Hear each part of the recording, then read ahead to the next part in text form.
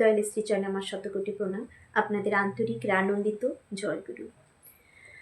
আজকে যে ইষ্ট প্রসঙ্গ, যে যখন সময় খারাপ হবে সে সময় আমাদের কি করা উচিত, এবং জীবনে আমাদের অনেক কিছু জীবনের ডিসিশন নিতে হয়, সিদ্ধান্ত নেওয়াটা আমাদের অনেক সময় ভুল হয়ে যায়। ভুল সিদ্ধান্তে জীবনটাও আমাদের কিন্তু এলোমেলো হয়ে যায়। তো সঠিক সিদ্ধান্ত কিভাবে নিতে হয়, কি বললেন আচার্যদেব, আসুন আজকের ইষ্ট প্রসঙ্গ সেটা নিয়েই। জয়গুরু। হঠাৎ একটি 16 বছরের মেয়ে তার মায়ের সাথে এসে প্রণাম করে উচ্ছ্বসিতভাবে কেঁদে উঠল, এবং মাথা নিচু করে সে শুধু কেঁদেই যাচ্ছে। আচার্যদেব মেয়েটিকে দরদের সাথে জিজ্ঞাসা করলেন, কি হয়েছে রে? জানা গেল যে সে একটি ছেলেকে ভালোবাসে, আঘাত পেয়েছে। সকলের চোখে এখন সে খারাপ হয়ে উঠেছে।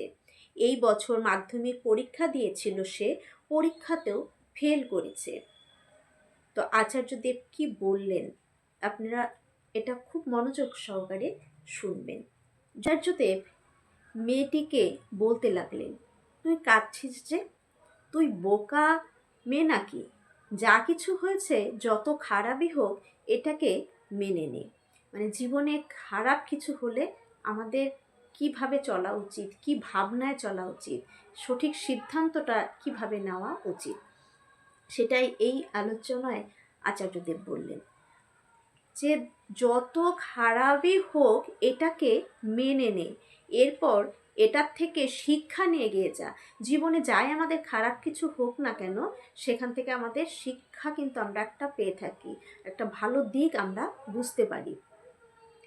কখনো মনের মধ্যে গ্লানি বোধ করতে নেই। আমাদের জীবনটা একটা প্রবাহ। নদীকে দেখেছিস না, পাহাড় থেকে সাগরের দিকে যাচ্ছে? কখনো কি দেখেছিস যে নদী সাগর থেকে উল্টো দিকে পাহাড়ের অভিমুখে যাচ্ছে? তাহলে জীবনটাও এরকম। যেটা বেরিয়ে গেছে বেরিয়ে গেছে, এবার এগিয়ে চল। যত পেছনে পড়ে থাকবি তত মন খারাপ হবে।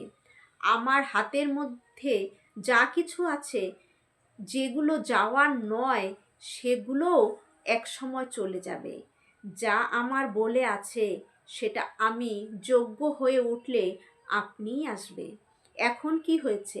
এখন আবেগ আছে। এই সময় শরীর মনে নতুন রকম স্পন্দন তৈরি হয়। তো মেয়েটিকে বলছে, এটার জন্য এই আবেগটা এলোমেলো হয়। এখন মনের মর্জি মাফিক যদি চলা হয় তাহলে সেই ডিসিশনটাই ভুল হবে। যদি মনের মর্জি মাফিক আমরা চলি তাহলে কিন্তু আমাদের ডিসিশন ভুল হয়, কারণ মনের কোনো আকার নেই। মনকে যে পাত্রে যখন যেভাবে রাখা হবে মনের আকার ঠিক তেমনই কিন্তু ধারণ করে। তাই মনের কথা শুনে কখনো কোনো সিদ্ধান্ত নেওয়া উচিত নয়। আমরা বলি অনেক সময় মন আমার বলছে এটা করলে ভালো হবে, কিন্তু মন সবসময় সেই সময়টার আমার ভাবনাটাকে ধরেই কিন্তু মনের আকার হয়। মনের মর্জি মাফিক যদি চলা হয় তাহলে সেই ডিসিশনটাই ভুল হবে।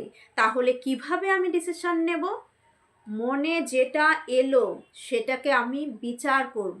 মনে যেটা আসবে সেটাকে আমরা বিচার করব। এটা ভালো না ওটা ভালো, এটা আমার জন্য মন্দ না ওটা মন্দ, এই কাজটা করলে আমার ভবিষ্যৎ কি হতে পারে। যে কাজটা করতে যাব সেটা ভাবনা করতে হবে যে এই কাজটা করলে আমার ভবিষ্যতে কি হতে পারে। এই যে বিচারগুলো, সেগুলোকে বলে বিবেক। এটার অনুসরণ করতে হয়, বিবেকের অনুসরণ করতে। ঠাকুর সত্যানুসরণ গ্রন্থেও বলেছেন বিবেকের অনুসরণ করতে। এটার অনুসরণ করতে হয়, তাহলে দেখবি আর কোনো ভুল হবে না। দুঃখ কষ্ট এগুলো হবেই, এগুলোকে পেরিয়ে এগিয়ে যেতে হয়। কিন্তু এই যে ধরে রাখছিস এটার নাম হলো অহং। আমার সাথে এরকম হলো, এইটা যত ভাববি এই মুহূর্তের কষ্টটা থেকে বেরোতে পারবি না। বাবা মায়ের এই ঘেরাটোপের মধ্যে আছিস মানে এখন তো নিজেকে তৈরি করে নেওয়ার সময়। কারণ বাবা মার ছত্রছায়া যতদিন আমরা আছি ততদিনই আমাদের জীবনটা তৈরি করার সময়। আচার্যদেব কিন্তু এটা যারা ইয়ং, যারা ছাত্র, যারা পড়াশোনা রয়েছে তাদের সবসময় বলে, যতদিন বাবা মার ছত্রছায়ায় রয়েছে ততদিন জীবনকে এগিয়ে নিয়ে যাও, জীবনকে তৈরি করো। আগে নিজেকে উপযুক্ত করে নিতে হবে, নিজের যোগ্যতাকে অর্জন করতে হবে। কিন্তু তুই যাকে নিয়ে প্রলুব্ধ হলি, দেখ সে অযোগ্য এখনো, সে স্বাবলম্বী নয়। তুই এখন একটা কাজ কর, তুই উপযুক্ত হ। একটা পরীক্ষায় ফেল হয়েছিস, আরেকটা পরীক্ষাতে। আমরা একটা একটা করে পরীক্ষায় পাশ করি।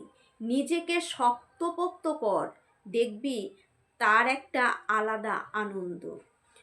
জীবনটাকে আগে বুঝে নে, তোর জীবনটা যোগ্য কিনা, তুই নিজেকে বহন করতে পারবি কিনা। দ্রৌপদী উপযুক্ত ছিল, তাই তার স্বয়ংবর সভা বসেছিল। সীতা উপযুক্ত ছিল, তাই তার স্বয়ংবর সভা বসেছিল। উপযুক্ত না হলে হবে? আরেকটা কথা ভেবে দেখতো, যে বাবা মা এত কষ্ট করে তোকে ছোটবেলা থেকে বড় করলো, তাদের পরামর্শ নেওয়ার প্রয়োজন মনে করলি না? এই যে নিজের মনের ইচ্ছায় প্রলুব্ধ হয়ে সিদ্ধান্ত নিয়ে তুই জড়িয়ে গেলি, তার মানে তুই স্বার্থপর। স্বার্থপর কারা হয়? মশারা। যেখানে বসে সেখানেই শোষণ করে, তার মানে তুই মশার মতন হয়ে আছিস। বাবা মাকে শোষণ করলি, যারা তোর সমস্ত শখ আহ্লাদ সব পূরণ করলো। কই বাবা মার মনের কথাটা তো একবারও ভাবলি না? ডিসিশন নেওয়ার সময় নিজের ইচ্ছা মতন নিয়ে নিলি। এই আত্মকেন্দ্রিক স্বার্থপরতাকে বলে অকৃতজ্ঞতা। অন্তত এইটুকু কৃতজ্ঞতা তো থাকতে হয় যে আজ এই হচ্ছে মনের মধ্যে, মনে মনে ভুল পথে চলছি, মা কি করা উচিত? তখন মাকে বলতে হয়, এইভাবেই চলতে হয়। এইটুকু তো সাহস থাকা উচিত। যার সাহস নেই সে প্রেম করার অধিকারী হয় কি করে? ভেবে দেখেছিস কখনো মনে এই কথাগুলো? তাহলে আচার্যদেব বললেন যে জীবনে আমাদের খারাপ সময় আসতেই পারে। সেই খারাপ সময়গুলোর সময় আমাদের কি করা উচিত?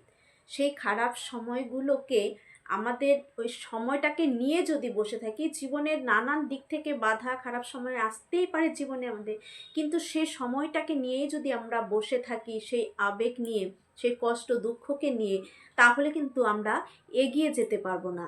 যেটা ঘটে গেছে সেটা আমার নেই জীবনে, সেটাকে ধরে রেখে তো কখনো লাভ নেই। যেটা আমার জীবনের জন্য যোগ্য, যেটা আমার জীবনে চলার পথে দরকার সেটাকেই ধরি। যেটা আমার প্রাপ্য নয়, আমি পাবো না, সেটার দিকে যদি হাত বাড়াই তাহলে আমার কষ্ট কিন্তু আসবেই।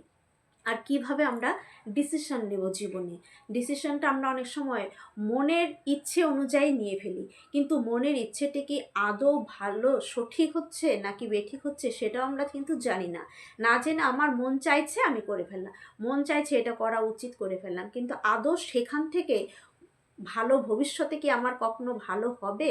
তাই ডিসিশন নেওয়ার আগে মন কি চাইছে সেটাকে বিচার করা আমাদের শিখতে হয়, যে এটা করা ভালো হবে নাকি হবে না, নাকি ওই কাজটা করা ভালো হবে নাকি হবে না, বা এই কাজটা যদি করি এটার থেকে ভবিষ্যতে আমার কি হতে পারে, বা ওই কাজটার থেকে ভবিষ্যতে আমার কি হতে পারে। এইভাবে বিচার করতে হয়, নিজেকে আগে বিচারের আসনে বসিয়ে নিজেকে বিচার করতে হয় জীবনে। করে নিয়ে যখন যেটা দেখা যাবে সঠিক, আর যেটাকে বিচার করে পাওয়া যায় সেটাই হচ্ছে বিবেক। মনের কথা শুনে কখনোই জীবন পথে এগোনো উচিত নয়। ঠাকুরও বলেছেন, আচার্যদেব ঠাকুরের কথাগুলি আমাদের আরও সুন্দরভাবে সহজভাবে বলে দিচ্ছেন যাতে আমরা জীবন পথে এইভাবেই চলি। তাই তো আচার্য অনুসরণ করে জীবনে এগিয়ে চলতে হয়। সবার মঙ্গল প্রার্থনা করি। জয়।